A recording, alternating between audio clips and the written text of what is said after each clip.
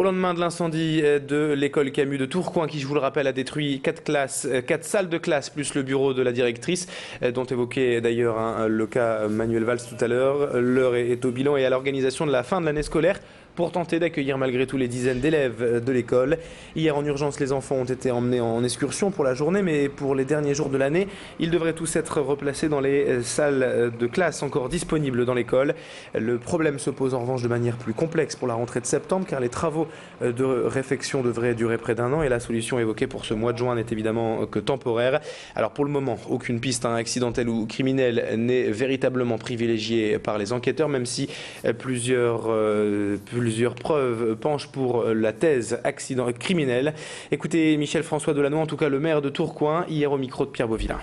J'étais très marqué ce matin de voir des parents, bien sûr choqués, mais en même temps faisant preuve de beaucoup de sang-froid et de responsabilité. Voilà, je crois qu'ensemble, on peut garantir aux enfants cette qualité d'accompagnement qu'on leur doit. C'est-à-dire qu'on va isoler le bâtiment incendié pour que les enfants ne l'aient pas en vis-à-vis et ne soient pas ramenés à cet événement en permanence et que le reste de l'école fonctionnera normalement. En tout cas, aujourd'hui, il y a une mobilisation exceptionnelle de nos services, de l'éducation nationale pour garantir cela.